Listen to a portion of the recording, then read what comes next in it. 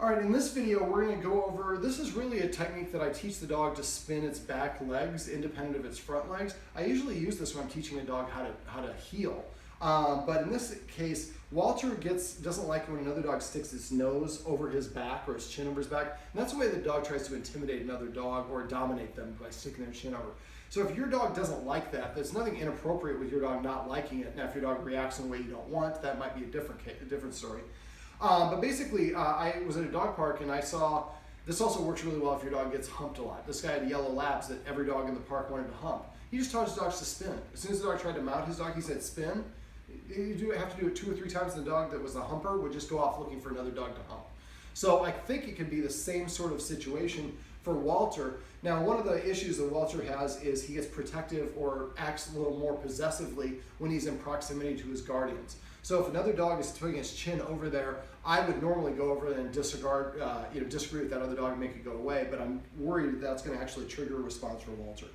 So I think teaching him to spin is going to be a nice little way to alleviate that problem, and also develops a different skill set. Now, to do this, you can use a phone book. The way that I was taught to do this is with a book. I'm using a Frisbee here. So we put the Frisbee down. I have a clicker. If you haven't ever used a clicker before, make sure you learn how to prime the clicker, which is basically I just toss on the ground, and every time the dog touches it with his mouth, I click. So we start to create a positive association with the clicker. Now, I'm not a clicker person. This is really a trainer's tool, and I'm a behaviorist, but it's great to use in certain capacities. The click is to indicate the exact second the dog does what you want. If you want to teach your dog to lay down, it's kind of only partially laying down. You only click when the chest hits the floor. Or when it's shaking, you only click when it touches your hand with their paw, or whatever the case is. In this case, we want to teach Walter to put his paws on the Frisbee. So in order to do this, I'm going to ask him to get up. Well, first of all, up. Yeah, you have the up, down really well. So I'm going to lure him. Anytime that he touches the Frisbee with his paw like he just did there, I'm going to click. Now, at first, he didn't want to do this. A lot of times what I'll do is I'll hold, and it's hard to do this with 3 because you need a third hand, is I hold this up. And if the dog touches it with his nose at any point, then I would click. And you do that a couple times to get him associating touching his nose with it, and he gets the click, and then he gets a treat immediately after. Then the next step is to teach him to step on it. Walter, up. So I'm going to lure him, just get him to come forward. As soon as he steps on it, I click. Now, if he puts 2 paws on it, the first couple times I would give him like 2 or 3 treats, and also give him a little enthusiasm, like, good job, Walter, or in this case, we're going to say touch is the words his guardians have selected to mean touching this thing. Now, right now, he's standing on it. Before, we couldn't get him to step. He would step over here and over here. He'd step across it, but he wouldn't step on it. Let's see if we do that again, Walter. And then he gets the treat after. Now, when you're using a treat to lure a dog, if you pull it away like that, that means it's not for the dog. So I want to keep it within an inch of his nose. There we go. So as soon as he touches that Frisbee, we're releasing it. So this is the first stage, is just getting him used to doing this. I would do this with about 10 to 15 treats, and then do it a couple of times a day. Ideally, you want to try to do this about 3 or more times a day. The more often you do it, the faster he'll get it. Now, the first step is just to get him simply to put his one paw on it, and then eventually both paws consistently. Now, I don't remember if I said this off camera or on camera about the 4 different ones. I think I said that off camera.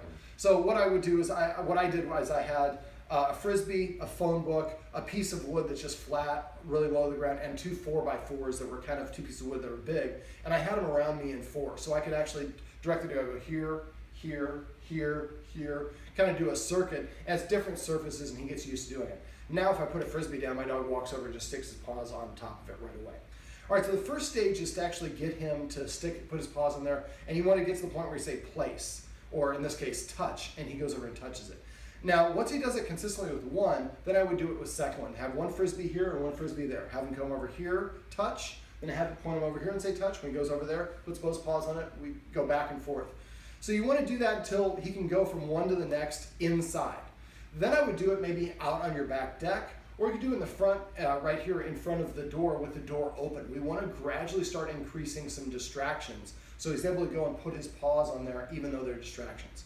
Now, this is the first stage to get him ready to do the actual spinning and rotating. Now, for me, you can come up with whatever words you want. When I have a dog go this direction, I call it rotate. When they go this direction, I call it spin. So I will actually get up. So if he's rotating, I'm going to say this way. So rotate is go left, spin is going to the right. You can come up with whatever words and assign them however you like. Just be consistent, so spin always means the right or left or whichever the word is. All right, Walter, up. So at this point, I've got treats in both hands. I'm gonna have my clicker ready to go. So what I'm gonna do is lure him on, up, and he has to be up to do this. He can't be sitting down. Up. And then what I do is I go this way, and as soon as he puts his front paws off of it, I pull the treat away. So this is too early to be teaching him, so I'm gonna have to kind of describe this. But once your dog is consistently putting his paws on there, then you just basically go this way, and I would walk with him this way. And see how he kind of turned his body? As soon as he moves his hind legs, even if it's just 1 foot, he moves over, click, and give him a treat, and say the word. I wouldn't say spin or rotate at first. You want to get to the point where he just kind of starts going like this, and he starts moving his back legs. At first, it's just 1 leg. Then it's 2 legs, and then they click. Not for each step, but 2 steps, click. Then eventually, you get him to go 1, 2, 3, 4 with the back legs, and then click. So you're getting 2 steps, 1 from each leg in the back legs. But the front legs are staying on this. So just start worrying about going rotating or spinning first. Don't do both of them back and forth. But eventually you can get to the point where you can go like 3 or 4 steps, 4 or 5, and eventually you can go all the way around. I don't have to go all the way around before I start doing the other. Once he starts moving his back legs 2 or 3 steps, then I start doing the rotate as well.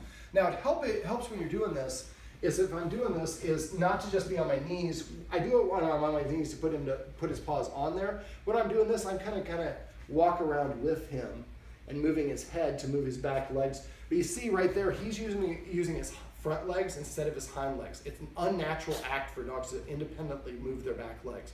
So this takes a little bit of practice. But eventually you get to the point where he'll rotate or he'll spin. Actually, I did that backwards, but rotate or spin, and just on the command word.